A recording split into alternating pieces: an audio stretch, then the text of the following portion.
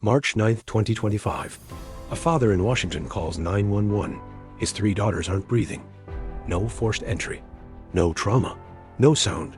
They're lying side by side, hands folded, like they were tucked in. He says he didn't do it, but the autopsy can't explain how they died. And when detectives looked deeper, they found something impossible. This had happened before, in the same house. This is the Decker children mystery. It started on a Sunday morning, March 9th, 2025. A quiet neighborhood in Spokane, Washington. Riverbend Lane. A place where nothing ever really happens until that day. At 8:32 a.m., a call came in to 911 from a man named Thomas Decker. His voice was shaking, almost whispering. He said, "My girls, they're not breathing." The dispatcher tried to keep him calm, asking if he'd started CPR. He said, "It's too late. Please, just send someone." Police arrived 7 minutes later. The Decker home sat at the end of the cul-de-sac, pale yellow siding, curtains drawn, one tricycle on the lawn. Everything looked normal, except the front door was wide open. Inside, the smell hit first. A mix of bleach and something metallic. Officers found the 3 Decker sisters in their shared bedroom. 9-year-old Hannah, 8-year-old Megan, and 5-year-old Lucy. All 3 were lying side by side on the bed, hands folded over their chests. Someone had combed their hair, changed their clothes. No signs of struggle, no forced entry. Thomas Decker was found in the living room, still in his work clothes. He wasn't handcuffed yet, just sitting, staring at the wall, repeating the same words. "I didn't do it. I didn't do it." Paramedics pronounced all 3 children dead at 8:54 a.m. Neighbors stood outside watching, confused. The Decker family had lived there for 6 years. Everyone said Thomas was quiet but kind. A single dad, worked maintenance at a nearby school. His wife had left 2 years earlier, never remarried, never came back. The first theory was carbon monoxide poisoning, but the detector in the hallway was working untouched. Then police noticed the bleach, a half-empty bottle in the kitchen sink, a wet mop leaning against the counter. Someone had cleaned the floors recently. Detective Lavra Benning, the lead investigator, said later, the scene didn't make sense. It wasn't chaos, it was controlled. Someone wanted it to look peaceful. When crime scene techs began swabbing for prints, they found something strange. All of Thomas's fingerprints were wiped from the house. Everything else had prints, the doorknobs, the fridge, the remote control, but not a single surface with his. He swore he'd spent the night at work. Security footage confirmed he clocked in at 10 p.m., clocked out at 6 a.m., and drove home. But the footage between 3 a.m. and 4:30 a.m., when he was supposed to be mopping hallways, was missing. Police got a warrant for his car. Inside the trunk, they found 3 identical stuffed animals, clean, unused, tags still attached. The same kind his daughters kept on their beds. And behind the driver's seat, a folded piece of paper, a note written in block letters. "They're safe now. You'll understand soon." The handwriting didn't match his, and there were no fingerprints on it either. By noon, the case had already hit national news. 3 children found dead in Spokane home. Reporters camped outside the police line. Online, people immediately turned Thomas into the villain, a single father snapping under pressure. But detectives weren't sure. The medical examiner couldn't confirm cause of death. No drugs, no trauma, no suffocation. All 3 girls' lungs were clear. Their hearts had simply stopped. Autopsy reports called it sudden cardiac failure of undetermined cause. 3 children, same second, same bedroom. Detectives widened the timeline. They checked phone logs. At 3:16 a.m., Thomas's cell pinged a tower 3 miles from his workplace, in a park that closed at sunset. At 3:19, it connected again, this time to a tower behind his neighborhood. And it went dark until the 911 call 5 hours later.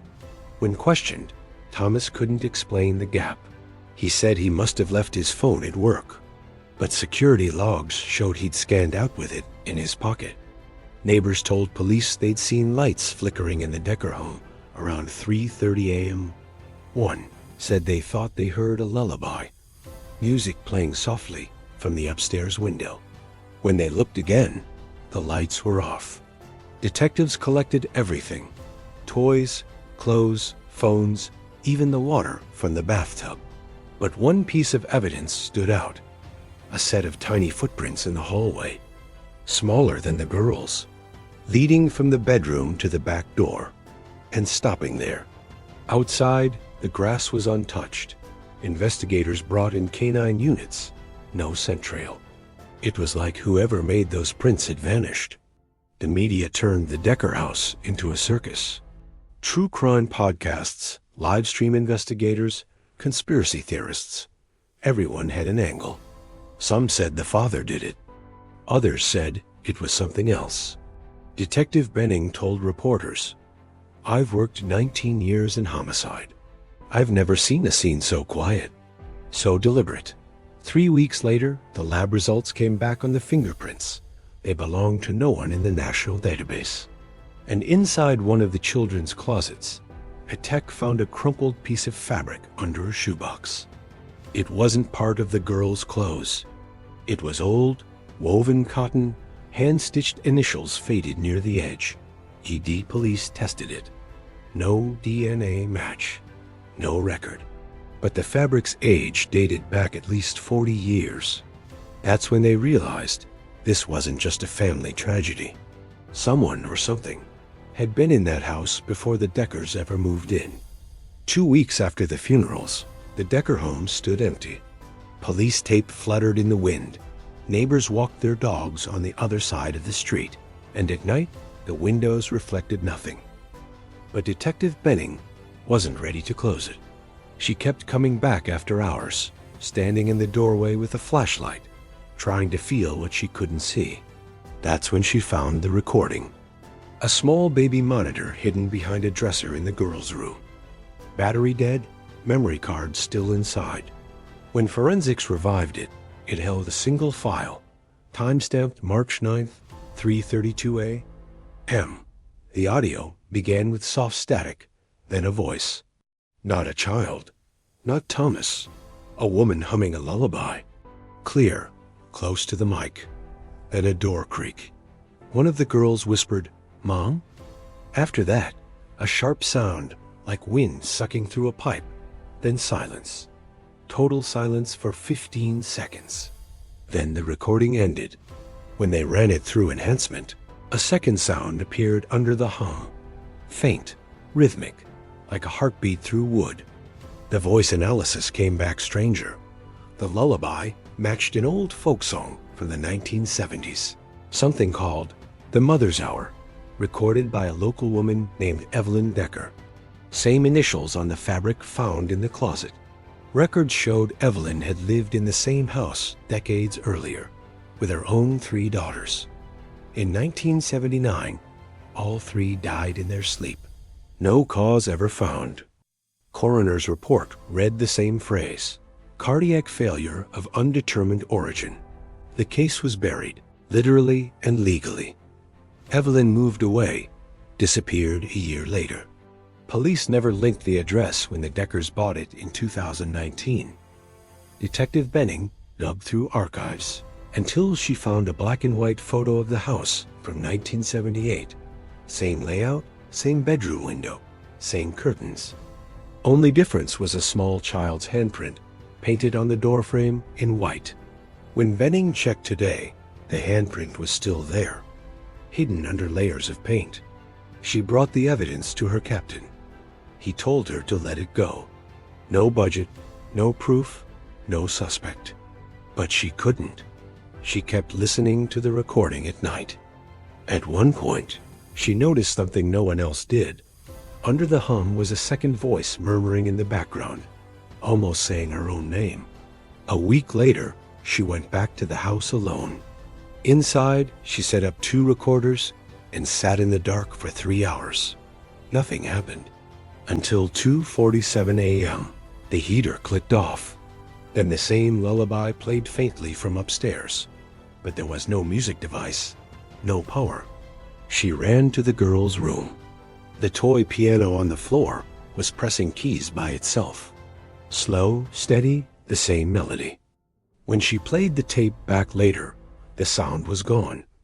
But the microphone had picked up a low-frequency vibration, exactly matching the heartbeat pattern from 1979 medical files.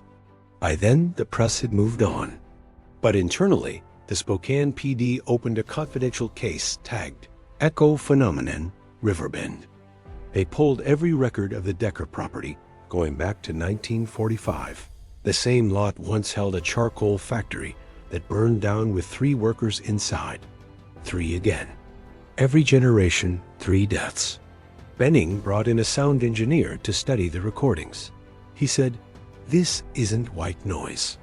It's a pattern, a voice print looped over time." When he mapped the frequencies, they formed a shape, 3 parallel lines intersecting a curve. The same pattern etched into the fabric tag from the closet. She emailed the files to the state lab. They never arrived. Her email account was wiped clean that night. IT department logged a remote access from an unlisted address in Oregon, where Evelyn Decker was last seen 40 years ago. The next day, Detective Benning found an envelope on her desk. No stamp, no return address. Inside was a photo, the girl's room as it looked on the night of the murders.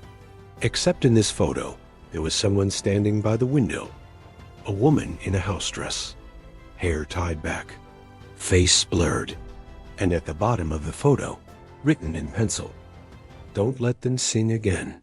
That's when Benning realized this wasn't over. The house was still active. 2 days after the photo appeared on Detective Benning's desk, the Riverbend house was scheduled for demolition. The department said it was to prevent trespassing and vandalism, but Benning knew better.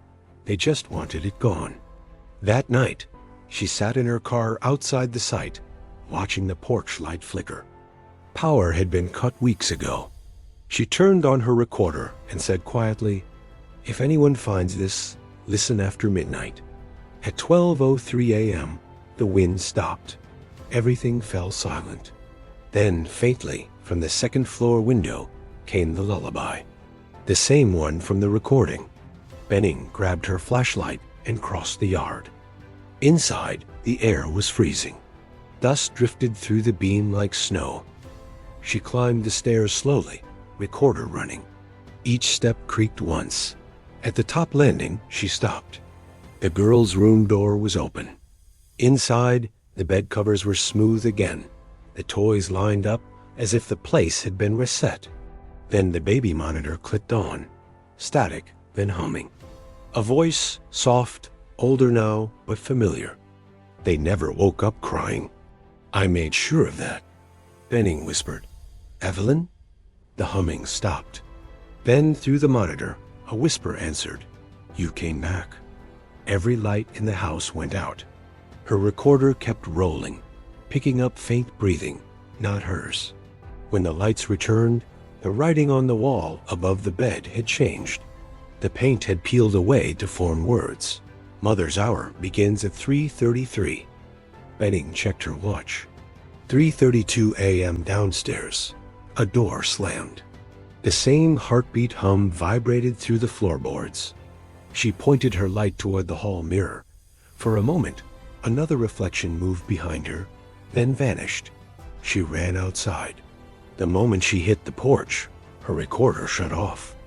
Later, when she replayed the tape, the audio cut out exactly at 3:33. The last sound was 3 faint knocks, spaced evenly apart. The department shut the case the next day. Official reason: no further investigative leads. The house was demolished that weekend. But the story didn't end there. 3 months later, a construction worker clearing debris found something under the old foundation. A wooden box wrapped in cloth. Inside were 3 small lockets. Each had a name scratched on the back: Hannah, Megan, Lucy. the same as the Decker girls. The dates engraved underneath were from 1979. The box was handed to evidence. It disappeared within 24 hours. Detective Benning took leave shortly after. She stopped answering calls. A colleague visited her apartment 2 weeks later. It was empty, curtains open, coffee still warm. On her table lay a flash drive labeled Mother's Hour. Inside was one audio file. It began with the hum, the same low pattern. Then Benning's voice. It wasn't Evelyn. It never was. "It's the house." Then a child's voice whispered, "Are we safe now?" And another voice, older, slower, identical to Evelyn's, replied, "Sleep, my loves. She'll stay with you." The recording ended at exactly 3:33 a.m. When officers traced the metadata, it showed it was uploaded from a location that no longer existed. Riverbend Lane, Plot 14. The demolished house. Neighbors say the lot is empty now. Grass won't grow there. Every year on March 9th, a single light appears where the bedroom used to be. And if you stand close enough to the fence, you can still hear the lullaby.